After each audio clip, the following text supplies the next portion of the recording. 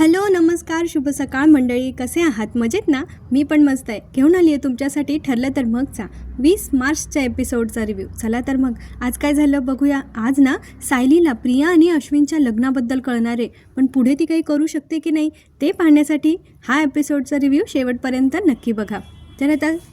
तर काल अर्जुन सायली बोलत होते की प्रियाचं नेमकं काय चाललं आहे, तिचं लग्न ठरलं आहे का आणि ते कोणासोबत ठरलं आहे, असं त्यांचं डिस्कशन चालू होतं.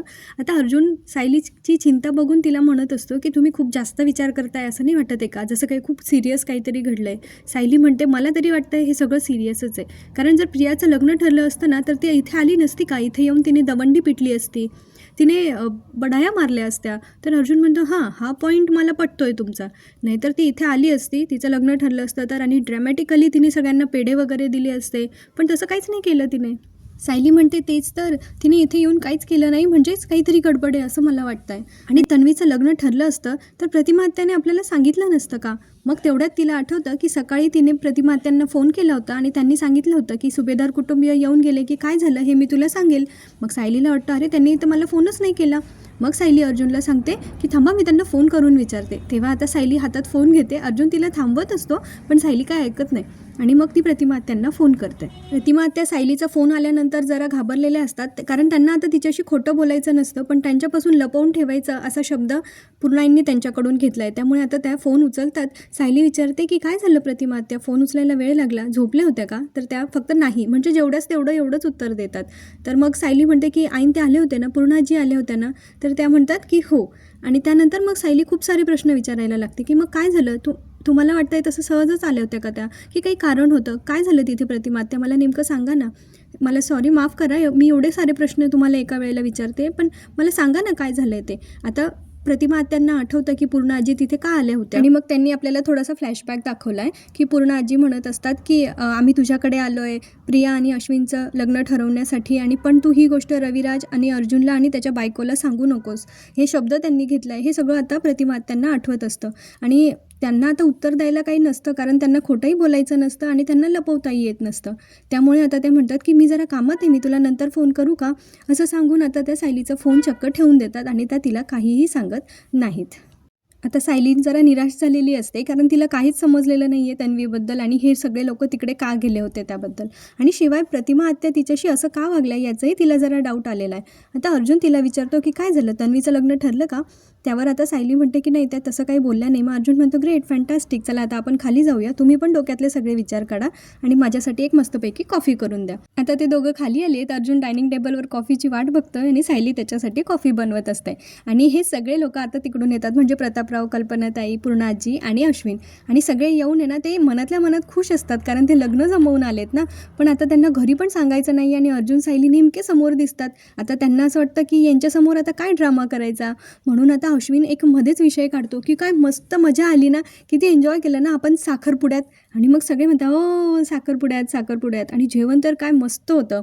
आणि प्रतापराव म्हणत असतात की त्या वैशालीची मुलगी बघितली ना किती मोठी झाली. पूर्णाजी म्हणतं हो, मी तिला ओळखलंच नाही, पाहिली तेव्हा एवढीशी होती आणि आता किती मोठी झाली. आणि मग पुन्हा प्रतापराव सांगत असतात की वैशाली आता US जाणार आहे म्हणे तिच्या मुलाकडे. असंच ते जरा तिकडच्या गप्पा दाखवत असतात की खरंच ते कुठेतरी जाऊन आले, त्यांना कोणीतरी भेटलं.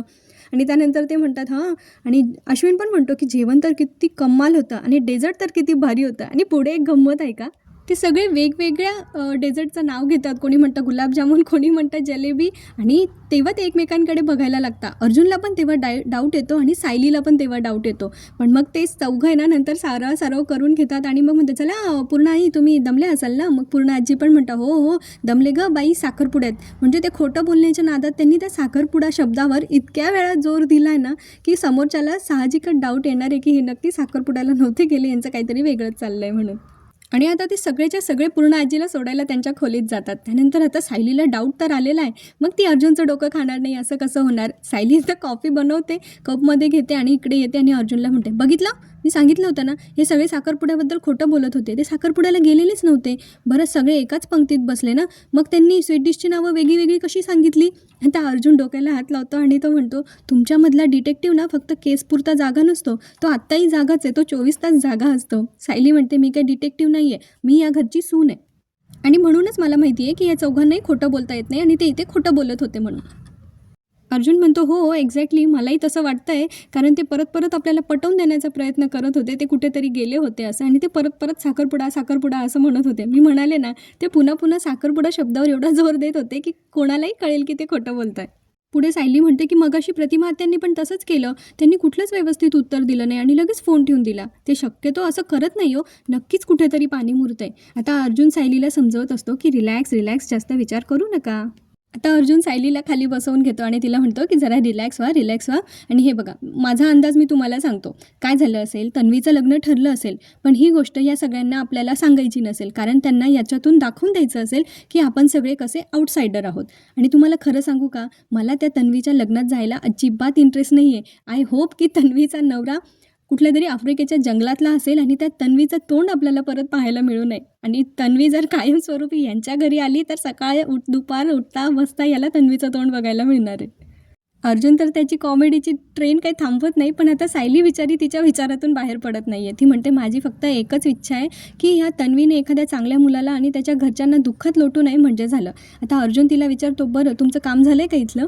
मग पुढे अर्जुन म्हणतो, "चला वर जाऊया." पण सायली आता काय तिला आवरायचं असेल थोडंफार, त्यामुळे तिला थांबायचं असतं खाली, पण अर्जुन तिला जबरदस्ती वर घेऊन जातो. आता पुढे आपल्याला प्रियाचा सीन बघायला मिळतो. आज तर प्रिया जाम खुश असणार आहे, कारण तिच्या स्वप्नांच्या दिशेने तिने एक पाऊल अजून पुढे टाकलं आहे आणि आजची रात्र झाल्यानंतर ती आता सुभेदारांची सून होणार आहे असं आता प्रियाला वाटतंय. पुढे ती म्हणत असते, "चला फायनली आता माझ्या मनासारखं होत आहे. मी आता सुभेदारांची सून होणार आहे. आता तो मैपत आणि तो नागोबा माझं काहीच वाकडं नाही करू शकणार, कारण आता त्यांना सतत माझी गरज लागणार आहे. कारण मी त्या दोघांच्या सगळ्यात मोठ्या शत्रूच्या घरी राहत असेल ना." आणि आता ती जाम खुश असते, मस्त बॅग करत असते, की चला लवकर लवकर तयारी करा. आता पुढे आपल्याला सुभेदारांच्या घरचा सीन बघायला मिळतो. इथे अश्विनची तयारी बघा, त्याचं मंगळसूत्रसुद्धा घेऊन झालंय. बापरे, चांगलाच घोड्यावर बसायला रुजू झाला आहे आता हा उत्तावळा नवरा. आता कल्पनाताई त्याला म्हणत असतात, की "अश्विन, हे मंगळसूत्राचं डिझाईन मस्त आहे रे. माझा तर विश्वासच बसत नाही आहे की ते तू चॉईस केलं आहे म्हणून." आता पूर्णाजी म्हणतात, "काय गं, का त्याला असं बोलतेस? चॉईस चांगला आहे की त्याचा, मंगळसूत्राचा पण आणि बायकोच्या बाबतीतलं पण." आता सगळे हसत असतात आणि त्यानंतर प्रतापराव म्हणतात, की "अश्विन, बायकोला तुझ्या आवडीचे दागिने देण्याची सवय लावू नकोस हां, नाहीतर खूप महागात पडेल." तेव्हा कल्पनाताई म्हणतात, "ओ, काही काय सांगताय त्याला?" मग आता कल्पनाताई म्हणतात, "अश्विन, तू बायकोचे लाड कर रे. मी कोण अडवतोय ना तुला ते मी बघतेच चांगलं." पुढे प्रतापराव म्हणतात, "अगं गंमत करतोय मी." पण मग ते नंतर अश्विनचं कौतुक करत त्याला म्हणत असतात, की "अश्विन, मला खरंच तुझं खूप कौतुक वाटतंय, की तू तुझ्या शब्दाला जागलास आणि तू आता तन्वीला एक नवीन आयुष्य देत आहेस. त्यामुळे मला तुझा खूप अभिमान वाटतोय," असं ते त्याला सांगत असतात. आता पुढे पूर्ण आजी म्हणत असतात, की "एकदा का तन्वीने घराचं माप ओलांडून ती या घरात आली ना, की मी भरून पावले गं बाई." पण आता अश्विन पूर्ण आजीला म्हणतो, कोणीतरी ऐकेल." पूर्ण आजी म्हणतात, "ऐकू देत. आणि आता मी तुझ्या लग्नात कुठलंही विघ्न येऊ देणार नाहीये." या सगळ्यांच्या चेहऱ्यावर आज एक अप्रतिम समाधान आहे, पण ते आजच्याच दिवसापुरतं असेल जर तन्वी उद्या सून म्हणून यांच्या घरी आली तर. आता पुढे आपल्याला तन्वीच्या घरचा सीन बघायला मिळतोय. प्रतिमा आत्या आता ते शकुनाचं जे साहित्य होतं ना, ते बहुतेक सुभेदारांच्या घरून आता किल्लेदारांच्या घरी आलं आहे. ते घेऊन आता त्या तन्वीकडे आल्या आहेत, म्हणजे प्रियाकडे आले आहेत. तर आता ते तिला देत असतात आणि म्हणतात, "हे बघ, तुझ्यासाठी काय आलं आहे?" तेव्हा प्रिया म्हणते, "काय आई?" तेव्हा त्या सांगतात, की "सुभेदारांच्या घरून शकुनाचं साहित्य आलं आहे तुझ्यासाठी. आता तू आराम कर, लवकर झोप. उद्या तुझ्यासाठी खूप महत्त्वाचा दिवस आहे." आता प्रिया जाम खुश असते, की आता सगळं फायनली तिच्या मनासारखं होणार आहे. आणि ती म्हणते, "केव्हा एकदा त्या सुभेदारांच्या घरची सून म्हणून जाते असं झालं आहे मला. किती पैसे, किती हे सगळं पाऊस पडणार आहे, साड्या, पैसे, दागिने, ह्या सगळ्या गोष्टींचा. किती लालची आहे ही प्रिया." आणि आता तेवढ्यात तिला आहे ना, अश्विनने त्याने सिलेक्ट केलेल्या मंगळसूत्राचा फोटो पाठवलेला असतो आणि ते बघून प्रियाला पण खूप आनंद होतो, कारण तिच्या दोन्ही हातात एवढं सगळं साहित्य आहे ज्याची तिला लालसा आहे आणि शिवाय फोनवर इतकं छान मंगळसूत्र आलेलं आहे, त्यामुळे ती आता जाम खुश असते. आता दुसरीकडे कल्पनाताई अश्विनला विचारतात, की "अश्विन, अरे तन्वी काय म्हणाली, आवडलं का तिला मंगळसूत्र?" तेव्हा अश्विन सांगतो, की "हो हो, तिने स्माइली पाठवली आहे, म्हणजे आवडलं असणार." आता प्रतापराव त्याला विचारतात, की "अश्विन, तू खुश आहेस ना?" तर तो म्हणतो, "अहो डॅड, सगळं तर माझ्या मनासारखं होतं आहे, मग मी का खुश नसेल?" पुढे प्रतापराव त्याला वडील म्हणून एक सल्ला देत असतात, की "हे बघ, तुला बाप या नात्याने सांगतोय, की बायकोची बाजू कधीच सोडू नको. तू कायम तन्वीच्या पाठीशी खंबीरपणे उभा राहा. बघ, अर्जुनने लाख चुका केल्या असतील, पण त्याच्याकडून एक गुण मात्र घेण्यासारखा आहे. तसं तर अर्जुन किती गुणी आहे, त्याच्याकडून सगळ्याच गोष्टी घेण्यासारख्या आहेत. त्याच्याकडून फक्त एक चूक झाली होती, पण आता त्या चुकीमुळे अर्जुनचे सगळे गुण यांना दुर्गुण वाटायला लागलेत." पुढे प्रतापराव त्याला सांगत असतात अश्विनला, की "बघितलंस ना, की त्याच्या बायकोचा स्वभाव त्याला कितीही त्रासदायक असला तरी पण तो बायकोची बाजू कधीच सोडत नाही. त्यावर आता अश्विन म्हणतो, पण तन्वीचा स्वभाव ना लाखात एक आहे, ती अशी त्रासदायक कधीच वागणार नाही. बापरे, किती ओव्हर कॉन्फिडन्स आहे हा. आता पूर्ण आई पण त्यावर म्हणतात की बापरे, लगेच बायकोची बाजू घ्यायला लागलात. आणि मग ते सगळे हसायला लागतात. आता कल्पनाताई म्हणतात की चला आता आपण सगळे आपापल्या खोलीत जाऊया आणि आता पूर्ण आजीला आराम करू देऊया. तेव्हा त्या म्हणतात, आता मला कसली झोप लागते, मला तर आता असं वाटतंय ना की कधी एकदाचा उद्याचा दिवस उजाडतो. तरी कल्पनाताई म्हणतात की हो, तरी पण झोपा आता, चला गुड नाईट असं म्हणून आता सगळे त्यांना गुड नाईट म्हणून झोपायला जातात. सायली आणि अर्जुन आता कामात आहे, पण सायलीच्या मनात काय अजून तो विचार जात नाही आहे. तेव्हा तिला पुन्हा ते दिवसभरात जे सगळं आठवलं आहे तेच ती पुन्हा आठवते की हे सगळे लोक एकत्र कसे बाहेर गेले होते. त्यानंतर ते एक पार्सलवाले काका आले होते आणि साडी फळं मिठाई हे सगळं ती त्यांना विचारत असते की हे सगळं नक्की सुभेदारांच्याच घरी आलं आहे ना. तेव्हा ते पण हो म्हणून सांगतात. त्यानंतर तिने ते फोन केलेला साडी सेंटरला, तिथून पण त्यांना कळलं होतं की ते किल्लेदारांच्या घरी पाठवायचं आहे. आणि त्याच्यानंतर पुन्हा ते तिकडून आल्यानंतर साखरपुडा शब्दावरून तिच्या डोक्यात झालेला सगळा गोंधळ आणि या सगळ्या विचारांनी आता तिच्या डोक्यामध्ये प्रचंड थैमान घातलेलं आहे. आणि तिला सगळ्यात जास्त खटकलेली एक गोष्ट म्हणजे प्रतिमा आत्याने तिच्याशी फोनवर जसं वागले होते त्या पद्धतीने. तिला असं वाटतं ते माझ्याशी असं कसं बोलले, आणि एरवी प्रतिमा आत्या असं काही बोलत नाही ना, तर त्यांनी एक प्रकारे सायलीला टाळलं आहे असं सायलीला वाटत होतं. अर्जुनचं लक्ष जातं सायलीकडे, पण तो आता मात्र तिला काही समजवत नाही, कारण त्याला माहिती आहे दिवसभर हिला खूप समजावून झालं आहे, पण ही काय आता तिच्या विचारातून बाहेर पडत नाही आहे. बरं, फायनली आता त्यांच्या लग्नाचा दिवस उजाडलेला आहे आणि किल्लेदारांच्या घरचा सीन आपल्याला बघायला मिळतो. तर इथे आता प्रतिमा आत्या पण छानपैकी रेडी झाल्या आहे आणि आता त्या तन्वीला एका आईसारखं मस्तपैकी रेडी करत असतात. त्या आता प्रियाला विचारत असतात की काय गं, साडी व्यवस्थित आहे ना, गजरा घट्ट आहे ना, असं सगळं करत असतात. मग प्रिया म्हणते की आई तू मला आज पहिल्यांदाच अशी रेडी करतेस ना गं. तेव्हा त्या म्हणतात तुझे लाड करून घेते गं, एकदा का तू सासरी गेली की तुला आमची आठवण पण येणार नाही. आणि तेवढ्यात तिकडे सुमन काकी येतात आणि त्यांना हे दृश्य बघून एकदम त्यांच्या तोंडातून बाहेर पडतं, वा, मला तर क्षणभर असं वाटलं की लेक लग्नासाठी तयार होते आणि तिची आई तिला तयार करते. तेव्हा प्रिया इथे म्हणते, अय्या काही सुमन काकी, अगं मी कॉलेजला चालली आहे. तेव्हा त्या म्हणतात एवढी सजून, तर ती सांगते की आज ना आमच्या कॉलेजमध्ये फॅशन शो आहे आणि ब्रायडल थीम आहे ना, म्हणून असं तयार झाली आहे. तेव्हा त्यांना ऐकून आनंद होतो की अरे वा, फॅशन शो. त्या म्हणतात मला टी व्हीवर फॅशन शो बघायला खूप आवडतं, पण ते वातावरण कसं असतं ना ते मला माहीत नाही आहे, मी पण येऊ का तुझ्यासोबत, मला पण बघायला मिळेल. तेव्हा प्रिया सुमन काकीला नाही म्हणत असते, पण मग त्या म्हणतात अगं मी येते ना, 5 मिनिटात तयार होऊन येते. तेव्हा प्रिया एवढी चिडते ना त्यांच्यावर, ती म्हणते तुला एकदा सांगितलेलं कळत नाही का. मग जरा प्रतिमा आत्या आता त्याच्याकडे जरा शॉकून बघत असतात. एक तर ती आधीच सफाईदार खोटं बोलत होती आणि त्यानंतर ती अशा पद्धतीने रिॲक्ट झाली. आता त्या तिला जरा टोकतात की तन्वी अगं असं बोलतेस का. त्यानंतर मग ती म्हणते की नाही अगं, म्हणजे तो छोटा असणार आहे ना फॅशन शो खूप, म्हणून मी म्हटलं की आता नको तुला, मी तुला नंतर कधीतरी घेऊन जाईल. आणि पुढे आता प्रिया माफी मागण्याचं पण नाटक करते की सॉरी अगं माझा आवाज चढला, ते काय झालं ना ॲक्च्युली फॅशन शोचा स्ट्रेस आहे आणि त्यात तू येण्याचा हट्ट धरून बसलीस म्हणून तुझ्यावर जरा आवाज चढला. बिचाऱ्या सुमन काकी किती समजूतदार आहेत, त्या तरी आईच्या मायेने तिला समजून घेतात आणि म्हणतात हो का, बरं काही हरकत नाही, मी नाही येत तुझ्यासोबत हां, पण तू छान एन्जॉय कर हां, ऑल द बेस्ट असं म्हणून आता त्या प्रियाला शुभेच्छा देतात. मग त्यांच्या लक्षात येतं की प्रिया रेडी झाली आहे ठीक आहे, पण मग प्रतिमा वहिनी का रेडी झाल्या आहेत, म्हणून ते विचारतात वहिनी आहोत तुम्ही का रेडी झाला आहेत.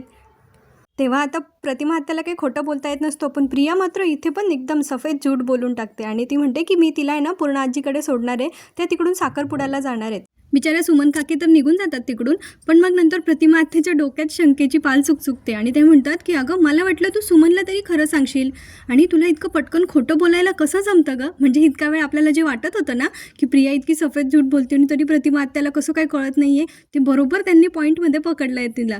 त्या म्हणतात की तुला कसं काय जमतं एवढं पटापट असं खोटं बोलायला. तेव्हा ती म्हणते अगं आई, म्हणजे असं पटकन खोटं नाही बोलली मी आधीच ठरवून ठेवलं होतं की जर सुमन काकीने आपल्याला काही विचारलं तर तिला काय उत्तर द्यायचं.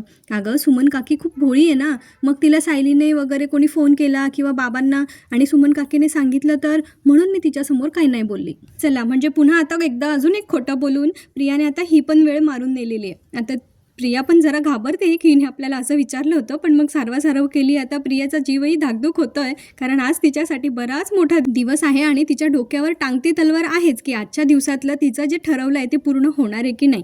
प्रतिमा आत्यांना जरा वेगळं वाटतं आहे तिचं वागणं, पण आता मुलीच्या प्रेमापोटी त्या पण थोडा वेळ सगळ्या गोष्टी इग्नोर करतायत. आता ते निघालेत लग्नाला, इकडे अर्धार कुटुंबीय पण लग्नासाठी रेडी झालेत. आता अश्विन पूर्ण आजींच्या पाया पडतो, तेव्हा ते त्याला आशीर्वाद देतात की सुखी राहा आणि लवकर असं जोडीने पाया पडायला या. तेव्हा प्रतापराव म्हणतात की पूर्णाई थोड्या वेळाने तुझी नाचून घरी येणार आहे, त्यामुळे तू आता थोडा वेळ काढ. तेव्हा आता पूर्णाई म्हणतात, हो रे बाबा, तन्वीच्या स्वागताची मी एकदम जय्यत तयारी करते तुम्ही येण्याच्या आत.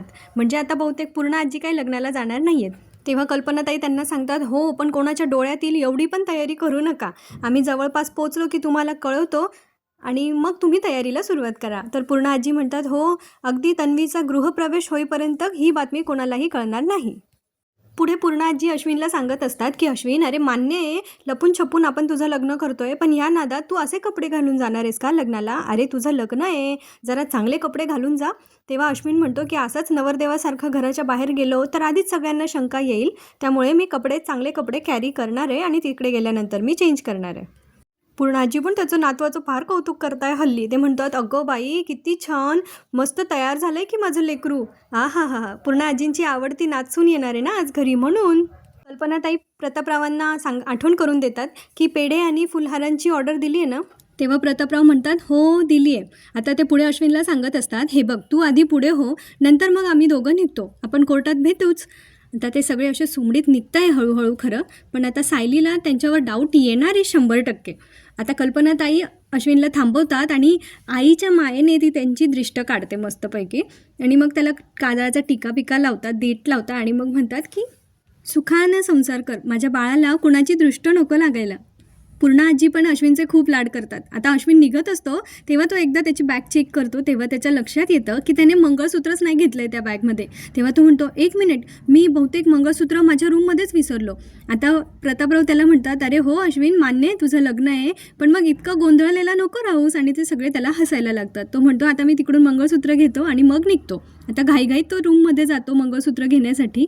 तो मंगळसूत्र तर ठेवतो, पण घाईघाईत त्याच्याकडून मंगळसूत्राची रिसीट मात्र खाली पडते आणि तो गडबडीत तिकडून निघत असतो. तेव्हा सायली विमलताईंना म्हणते की अहो अश्विन भाऊजी डबा न घेताच गेले. तेव्हा विमलताई सांगतात, म्हणजे ते लवकर घरी येणार असतील. आता दुसरीकडून प्रतापराव आणि कल्पनाताई पण येतात. त्यांना पाहून आता सायली म्हणते की आईंची साडी किती छान आहे, हे कुठे बाहेर निघाले असतील का? तेव्हा प्रतापराव ना विमलताईंना सांगतात की आम्ही दोघं माझ्या एका मित्राच्या मुलाच्या साखरपुड्यासाठी चाललो आहे. आता त्यावेळेला कल्पनाताईंना खूप जोरात ठसका लागतो, तर त्यांना जरा प्रतापराव बसायला सांगतात. त्या बसतात. विमलताई त्यांना पाणी देतात. सायलीचा पण जरा जीव खालीवर होत असतो, त्यांना खूप जोरात ठसका आलेला असतो म्हणून ती पण जरा 2 पाऊल पुढे येते, पण त्यांच्या जवळ येण्याची तिची काही हिंमत होत नाही. आणि त्याच गडबडीत कल्पनाताई त्यांचा फोन तिथेच सोफ्यावर विसरून चालल्या जातात. आता विमलताई आणि सायली पुन्हा किचनमध्ये येतात आणि मग विमलताई सायलीला म्हणत असतात की तुमची स्वयंपाकाची वेळ संपण्याच्या आधी तुमचा सगळा स्वयंपाक छानपैकी रेडी झालेला असतो, एवढं सगळं कसं जमतं हो तुम्हाला? तेव्हा सायली म्हणते की आपल्या आवडीचं काम असलं ना की मग आपल्याकडून ते छान होतं. हे मात्र खरं आहे, एखादं काम आपल्याला आवडत नसलं ना, मग ते छोटंसं जरी असलं ना 2 मिनिटाचं, तरी आपल्याला ते करायला कंटाळा येतो. पण आवडीचं काम आपण दिवसभर पण करतो तरी थकतही नाही आणि आपल्याला कंटाळा पण येत नाही. आता सायली म्हणते की माझं हे आवरून झालंच आहे आणि आई पण आता घरी नाही आहे, तर मी एक काम करते, मी मागच्या बागेत जाऊन फुलं घेऊन येते छानपैकी, आणि आईंना आवडतात ना फुलं, तर मग मी मस्तपैकी घर सजवून टाकते. बापरे, सायली आता प्रियाच्या आगमनाची तयारी करते की काय नकळतपणे. विमलताई म्हणतात, म्हणजे तुम्ही मागच्या बागेत जाऊन फुलं आणणार? अहो सायलीताई, वहिनी तुमचा किती रागराग करतात, तुम्ही एवढं सगळं करूनही त्यांना हे आवडणार नाही आहे. सायली म्हणते, मला माहिती आहे ते सगळं, पण मग त्यांना छान वाटेल ते फुलं बघून. बरं, आणि आई मुलीवर रागवलेलीच असते हो, म्हणून काय मुलीने पण रुसून बसायचं असतं का? बरं, मी फुलं घेऊन येते. आता सायली फुलं आणण्यासाठी म्हणून बाहेर पडत असते. आता सगळे सुभेदार कुटुंबीय प्रतिमा आत्या आणि प्रिया कोर्टात पोचलेत लग्नासाठी. आता प्रिया बाहेर नाटकं करत जरा वेळ म्हणत असते की आपण अश्विनसाठी थांबूया का, तो कुठे दिसत नाही आहे. तेव्हा आता कल्पनाताईंचं लक्ष जातं प्रियाकडे आणि त्या म्हणतात, तन्वी अगं खरंच खूप गोड दिसतेस, कुणाची नजर नको लागायला. तेव्हा आता प्रिया मनातल्या मनात म्हणत असते, आता काही मी त्या सायलीसारखा डायलॉग मारू का की आपल्याच माणसांची नजर नाही लागत वगैरे? नाही मारत जा, नाही म्हणत जा. तेवढ्यात तिकडे आता अश्विन हजर होतो आणि त्याने सोबत एका कलिगला आणलं आहे त्यांच्या, जे डॉक्टर शेखर म्हणून त्याने ओळख करून दिली होती. आता आल्या आल्या तो सगळ्यांना सांगत असतो की मम्मा, लग्नात कोर्ट मॅरेजसाठी दोघं बाजूंचे 2-2 साक्षीदार लागतील ना, म्हणून मी तन्वीच्या बाजूने साक्ष देण्यासाठी हे माझे कलिग आहेत मिस्टर शेखर, त्यांना आणलं आहे, म्हणजे डॉक्टर शेखर त्यांना आणलं आहे. तेव्हा ते सगळे त्यांना नमस्कार करतात आणि मग प्रतापराव म्हणतात, अरे वा, आमच्या कोणाच्याच लक्षात नाही आलं हे 2 साक्षीदार लागतील असं, तुझ्या बरं लक्षात राहिलं, बरं झालं तू यांना घेऊन आलास. तेव्हा कल्पनाताई म्हणतात, अहो असं काय करताय, आता तन्वीच्या बाबतीतला प्रत्येक विचार आता अश्विनच पहिले करणार आहे ना. कल्पनाताई पुढे प्रतिमा आत्याला म्हणत असतात की प्रतिमा, आता तुला तुझ्या मुलीची काळजी करण्याची बिलकुल गरज नाही आहे बघ. पण प्रतिमा आत्यांच्या चेहऱ्यावर काही फार आनंद दिसत नाही आहे. त्या जरा चिंतेत आहे, कारण रविराजांना त्यांनी सांगितलेलं नाही आहे. मग आता कल्पनाताई म्हणत असतात, प्रतिमा, हे बघ, मी समजू शकते की तुला वाटत असेल रविराज भाऊजींनी आता इथे असायला हवं होतं, पण ते आता इथे असले तर त्यांनी लग्नच नसतं होऊ दिलं ना. म्हणून आपण नंतर सांगूयाच की त्यांना. एवढी मोठी गोष्ट हे त्यांच्यापासून लपवून करताय आणि यांना त्याचं काहीच नाही वाटत आहे. असं कुठे असतं का रिअल लाईफमध्ये? आता प्रतापराव पण म्हणतात, चला आता आपण सगळ्यांनी आतमध्ये जाऊया. नाही म्हणजे आपल्याला कुठला मुहूर्त गाठायचा नाही आहे, पण मग जेव्हा ते आपल्याला आपला नंबर येईल आतमध्ये, तर आपण हजर पाहिजे तिकडे. चला आता आपण जाऊया. सगळे आतमध्ये जायला निघतात, पण तन्वी मात्र म्हणजे प्रिया मात्र अजून एकदा परत कन्फर्मेशन घेते अश्विनकडून की आपण नक्की आतमध्ये जायचं आहे ना रे. माझं घाणेरडं नशीब परत आड तर नाही ना येणार, सही करताना तू मागे तर नाही ना फिरणार. मग आता अश्विन म्हणतो, तन्वी हे बघ, तुझं नशीब आता बदललं आहे, कारण तू आता प्रिया किल्लेदार नाही, तर तू आता सौ तन्वी अश्विन सुभेदार असणार आहेस. बापरे, अश्विनला किती प्राऊड होतोय ना तन्वीवर. पुढे कल्पनाताई म्हणतात, बरं आता आपण जाऊया का लवकर आतमध्ये, कारण काय आहे, अर्जुन ह्या कोर्टात बऱ्याचदा येत असतो, त्यामुळे तो आला तर परत गडबड नको व्हायला. आता प्रिया मग घाबरते परत. ती म्हणते, हो हो चला चला. आता सगळे तिकडून कोर्टात जायला निघतात आणि तितक्यात पुन्हा अर्जुनची गाडी तिकडे येऊन हजर होते. तिथून त्यांनी जे स्लो मोशनचा ड्रामा सुरू केला आहे ना, म्हणजे पूर्ण सिरियलमध्ये आपल्याला बघेपर्यंत असं वाटतं, अरे हे दोघं एकमेकांना दिसत आहे की काय, अर्जुनच्या सगळं लक्षात येतं आहे की काय, असं सगळं आपल्याला वाटत असतं. आणि आपली सगळी उत्सुकता त्यांनी ते बॅकग्राऊंड म्युझिकमध्ये अशी ओढून ताणून खेचून मस्त लांब लचक वाढवलेली आहे. आणि हा पुढचा भाग थोडासा वाढवला आहे त्यांनी. त्यानंतर आता अर्जुन हळूहळू त्याच दिशेने जातो आहे जिकडून हे सगळे सुभेदार आणि प्रिया वगैरे सगळे गेले होते. ते एका कौटुंबिक न्यायालयाचा जो त्यांचा पार्ट असतो, जिथे लग्न वगैरे रजिस्ट्रेशन होत असतं, त्या ठिकाणी ते गेलेले असतात. आणि अजून यांचा नंबर काही आलेला नाही आहे, त्यामुळे हे सगळे आता रांगेत बसलेले असतात आणि सगळे खुश असतात. आणि अर्जुन पण तिकडेच आलेला असतो आणि तो पण त्याच डिपार्टमेंटमध्ये आलेला असतो. पण तो कोणाला तरी फोन करतो आणि फोनवर बोलता बोलता थोडा वेळ बाहेर निघून जातो. आता पुढच्या सीनमध्ये आपल्याला बघायला मिळतं की सायलीने छानपैकी बागेतून फुलं आणली आणि ते संपूर्ण घर ती आता सजवायला लागली आहे. आधी तिने हॉलमधले सगळे वास म्हणजे फ्लॉवर पॉट जे होते ते छानपैकी फुलांनी सजवले. आता ती अश्विनच्या खोलीत आली आहे आणि त्याच्या खोलीत पण ती आता मस्तपैकी एक छोटासा फ्लॉवर पॉट छान छान वेगवेगळ्या विविध रंगांच्या फुलांनी ती सजवत असते. आणि तेव्हा तिथे अश्विनचा फोटो असतो. त्याला बघून सायली म्हणत असते की तुम्ही किती हळवे आहात अश्विन भाऊजी. तुमचा प्रेमभंग झाला होता तेव्हा तुम्ही किती मनाला लावून घेतलं होतं. आता तुम्हाला छानपैकी सांभाळेल अशीच मुलगी तुम्हाला मिळायला हवी. आता तिकडे एक फाईल असते, जी फाईल बाजूला करून तिकडे एक फ्लॉवर पॉट सायलीला ठेवायचा असतो. तेव्हा तिच्या लक्षात येतं की ती फाईल जिथे पडली तिथे एक रिसीट होती आणि ती मंगळसूत्राची रिसीट होती, ती पण कालच्या तारखेची.